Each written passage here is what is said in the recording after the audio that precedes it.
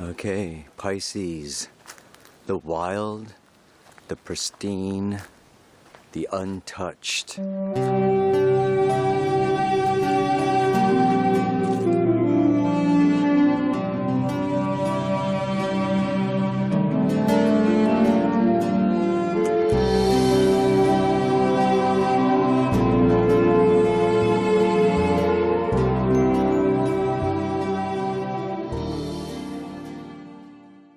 Hola, buenos tardes. This is Kaypacha with the weekly Pele report.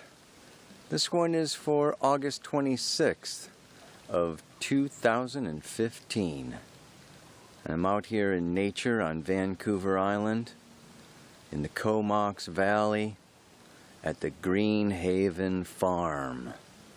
And I'd like to take you for a walk around the farm a little bit.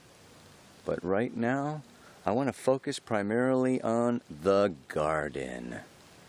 The garden, because why? We have the Sun conjunct Jupiter today in the sign of Virgo. And Virgo is about the harvest. Virgo is about the virgin holding a chaff of wheat in her hand. It is about gardening, it is about giving, about serving, about working. And so it's the opposite polarity of Pisces. And that's why coming up on next Monday, actually really this whole week, the Sun is in opposition to Neptune. And that Neptune is over there in Pisces, the ruler of Pisces. It's very strong. So we're going to be having this, Jupiter opposite Neptune for quite some time. Yeah, all through 2016 mostly. And then we're going to have the Sun move on out. But for now, this highlight is happening, and particularly with the full moon. The full moon is happening, with the moon conjunct Neptune right there in Pisces, opposite the Sun and Jupiter in Virgo. So we really want to discuss this large, strong, powerful opposition. And at the same time, there are no accidents in the universe. We have this week also coming up Venus conjoined with Mars. Venus will be joining with Mars exact right around 15 degrees of Leo, dead center in the sign of Leo. That's going to be happening on Monday. She's still retrograde. She's going to keep going back. But the interesting thing is, Mars is going to be moving forward, and Venus is going to turn around and catch back up to that guy. Yeah? And they are going to really basically be traveling together within 9 or 10 degrees of each other all through September and all through October until they're finally going to come along with another conjunction in late Virgo, 24 degrees, on November 3rd. More than 2 months from now. The masculine and the feminine, Venus and Mars, traveling together through the sign of Leo and the sign of Virgo. It's going to be absolutely spectacular. I had to come over here and get a hold of these raspberries, yeah. So I'm going to start out with the garden, and I'm going to end up with the forest. So this is the garden. I'll talk at you for a little bit and then give you a shot of the forest. Yeah. Okay, everybody. Oh my goodness. This is really something. Let's talk about this Virgo Pisces axis. Okay, because it's the health axis. And actually, I'm not feeling so good today. And I don't get sick very often. But yeah, Sun conjunct Jupiter, it expands. Jupiter expands whatever it comes into contact with. And so what is it going to come into contact with in Virgo? But all the little idiosyncrasies, all the imperfections, all the health issues, all the little things that we kind of, stuff away, put aside, put under. Jupiter's going to be coming around over this next year going, ooh, You know, you could fix that, you could heal that, you could look at that, you could open up to that, you could change your routine, okay? You know, you can change your diet, you can get more exercise, you can improve yourself. Get yourself better, yeah? Get up, up, up, and away. And it's going to take effort. It's going to take work. It's going to take, you know, charge. And so this is a time now, and the sun coming through Virgo, okay, joining with this Jupiter is just like really gangbusters, go get them, connect with the earth, connect with the feminine, connect with nature, get out in the garden, yeah, and grow that healthy food, and fill your bodies with healthy food. This is just like so beautiful, such a wonderful time, yeah, that this is, you know, going on, and it's going to continue going on. The moon is now in Capricorn, but it's going to be moving through Aquarius, and then it's going to be joining, yes, in Pisces for the full moon. And let's look at that. Completely the opposite, my friends. The emotional nature, the moon, okay, moving through Capricorn, Aquarius, Pisces. These are the objective, you know, externalized, mature. It's the final signs of the zodiac, you know, houses 10, 11, and 12. And then when it comes into this 12th house and it joins with Neptune, it's the house of dreams. And Neptune is the planet of dreams. And it's escapism. And it's like, I just want to return to the dream. I want to return to the womb. I don't want to put forth effort. I don't want to struggle. I don't want to work. I don't want to get out of bed. I want to sleep and lay and relax and just go into my multi-dimensional self. Oh man. And so this is the pull. This is the pull. It's like, you know what, I really want to be here and change and do and improve and fix. And there's this other part of me, whether it's my inner child, okay, my emotional nature, or I had an amazing dream last night, or my body is like really like weak because I did all these cleanses.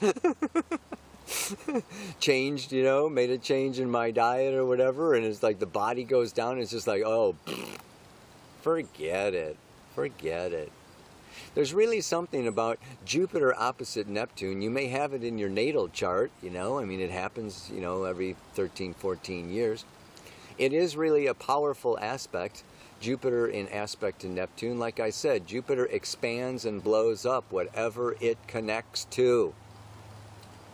And when it connects to Neptune, it is the planet of perfection, the planet of dreams, of love, of infinite unity, of the open heart. I mean, Neptune in Pisces is this innocent, open, we're all one, and I feel you, and you feel me. In Lakesh, I am another you, and it's just like, oh, let's just join together and sing and dance and play and love, and just like release into the dance of life, surrender into the dance of life, and everything is perfect and beautiful just like it is. And so Jupiter comes along and it blows up this Neptune, and before you know it, it's like, oh, I'm in utopia. Oh my God, I had this beautiful dream, and oh, what I want to do is make this center and do this and do that and do the other thing, and I think you're so amazing, and we like go up, up, up, up, up, up, up.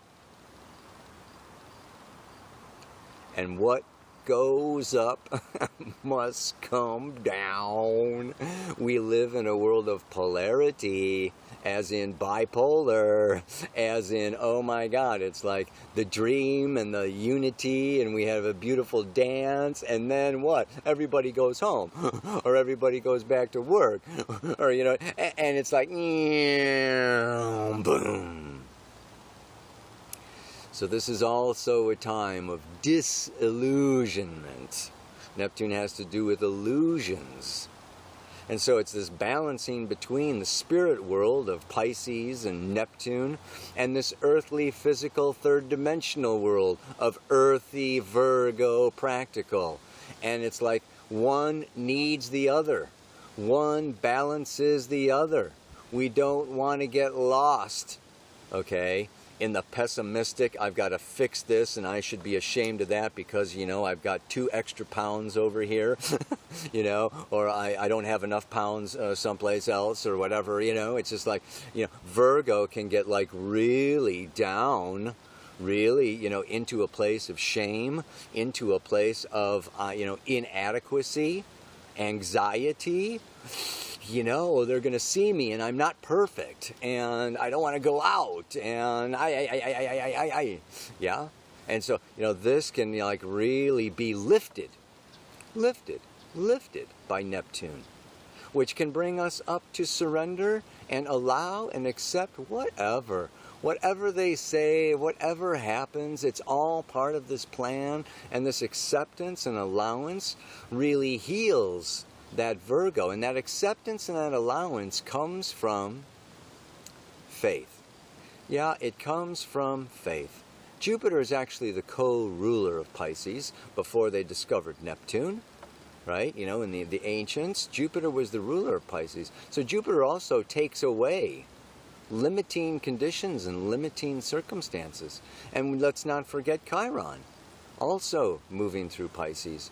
And this is a time, as Jupiter moves through here, opposing Neptune, and it's going to be opposing Chiron. I'm going to be talking about this for a long time, and it is healing that wound of abandonment by God. So we have this going on, and at the same time, and there are no accidents, right? The universe says at the same time that we have this envisioning, at the same time that, you know, we really want to connect and purify and purge and perfect ourselves and perfect our world, we're going to bring the masculine and the feminine together. And they're going to come together in the sign of Leo, which is I am who I am, and that is that. Yes, this Leo is the king, the queen, okay, that is just really the lion, the lioness. You hear it roar. It doesn't make excuses. The only carnivore of the zodiac, this fire sign of the lion, is powerful. And when these two come together, the masculine and the feminine, in the sign of Leo, the sign of Leo is creativity. And this is an amazing creative time where we've got the dream happening and we've got the action happening, and then we've got, right, this masculine and feminine, which is they work together. They fertilize each other. They are interdependent. Yes, they bring out the best and or the worst in each other. Let's really look at this. You know, we've really gone through a long period.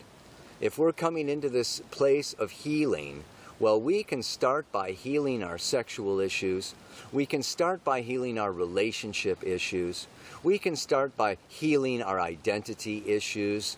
And we can come into a more beautiful, perfect acceptance of our bodies just as they are, of our desires. This is Mars. Yes, you know, just as they are. Venus is acceptance, and Mars is desire. Yes, Venus is I am attracted, and I have unconditional love, and I really want to embrace all that power, all that fiery Mars, and Mars really wants to come along and penetrate into the feminine and really fulfill, yes, and fertilize and fill and bring to fruition that feminine beauty and expand it into the Leo is the house of, you know, the 5th house is the house of children. It's the house of creative self-expression. It's the stage where we come out and do our karaoke and we throw ourselves open and we're vulnerable and we just go, we gamble. It's a sign of gambling and speculation. It's like, go for it. Take a chance. Maybe your cake is going to fall, but you should still beat it. I'm going to come back to that. That's a little foreshadow. Let's really look at it. I love David Data. He talks about, you know, the masculine being the painter and the feminine being everything else.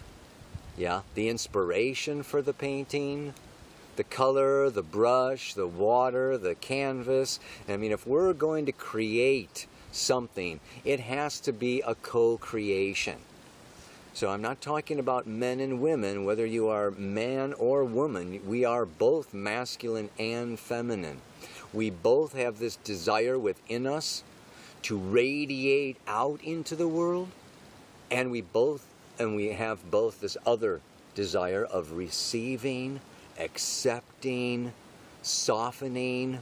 So the one is hard and the other is soft. And the one is driven. The masculine is about action and accomplishment and doing. Yeah, whether it's the painter painting a painting or the builder building a building. Yeah, he's going to nail that wood. Yeah, he's going to cut and saw and shape and move and shift and change that wood around and create, yes, something that hasn't been. Probably because there was a beautiful woman, yeah, that needed a house. So he's building it. That's the carpenter, yeah. There's a carpenter in all of us. There's a painter in all of us. And that is the one that wants to do.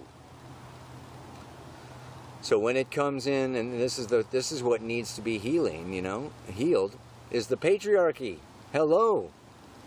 Yeah, that drive has turned into, over the last few thousand years of male domination. It's gotten hard, it's gotten cold, it's gotten ruthless, it's gotten shut down. It doesn't open up to its feminine nature. It doesn't open up to the feminine. It doesn't allow, or sometimes it doesn't get inspired by the feminine. And it doesn't really serve the feminine. Yeah? You know, it doesn't love and embrace that, you know, that beauty. And without that inspiration, without that connection, without that longing and devotion, no painting happens. No house gets built. You know, and it's just like kind of more about pushing and having my way and using and dominating. And then when we have the feminine, yeah, of course the feminine has gotten hard. She's gotten toughened. She's, you know, she's been suppressed and she's been kind of used and, you know, really dominated for a few thousand years. And there's a lot of anger in there, and there's a lot of distrust. And that feminine wants to close, close, close, close, close. And you're not driving that nail into me, and you're not dipping that paintbrush into my water, yeah? And you're not using my paint, you know, for that painting. And there is this closing, closing, hardening, hardening, hardening, hardening. So people ask, what is a Venus-Mars conjunction? What does it mean in your natal chart? And it's just, you know, it can be a number of different, you know, it has a number of different interpretations. What happens when men and women get together? Yeah?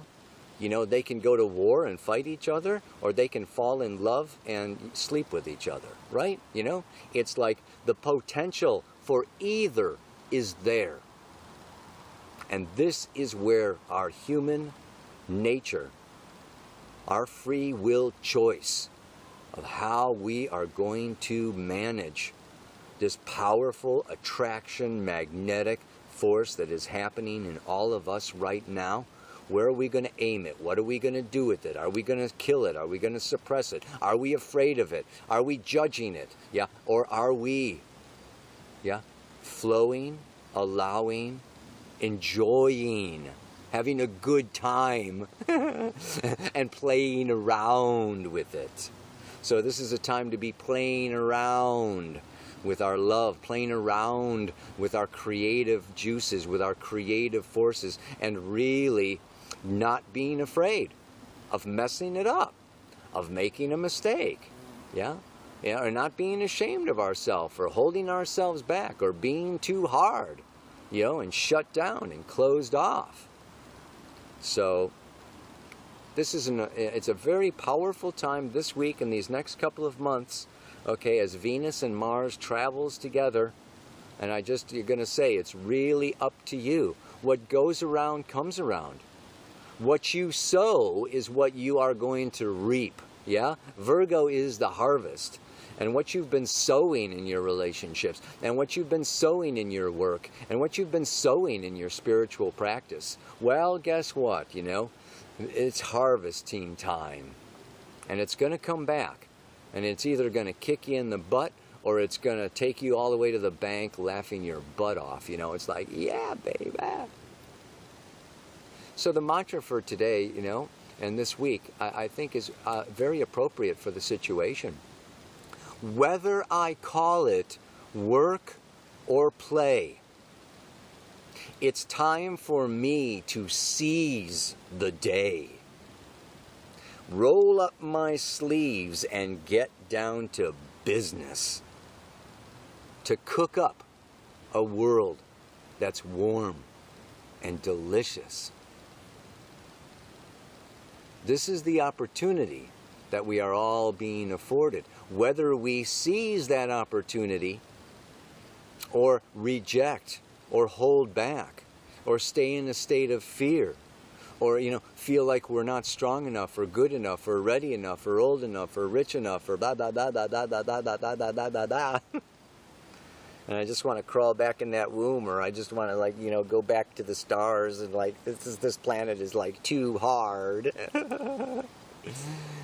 Yeah, what do they say? You got to break an egg to make an omelet. Yeah, and this is the time. Break that egg. Oh, could have a vegan or two out there. Got to be careful. Yeah, you got to cut down a tree to build a house.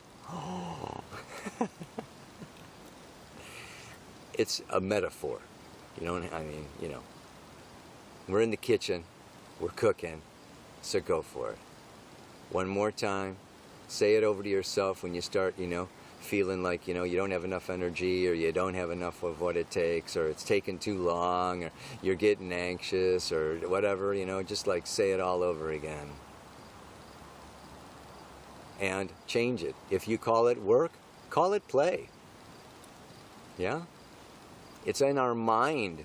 We decide what this, we're doing an activity, and if you're in the moment and you're in the now, is it work or is it play? Yeah? Hopefully you're doing what you love and it's play. And if you're not, guess what? This is the year where I'm going to say it's going to be really hard for people who are not really doing their sacred work. And if you're not loving what you're doing, you got a year to get the hell out of there. So, start dreaming, man. So, whether I call it work or play, it's time for me to seize the day. Roll up my sleeves and get down to business. And cook up a world that's warm and delicious. Namaste. Aloha. So much love.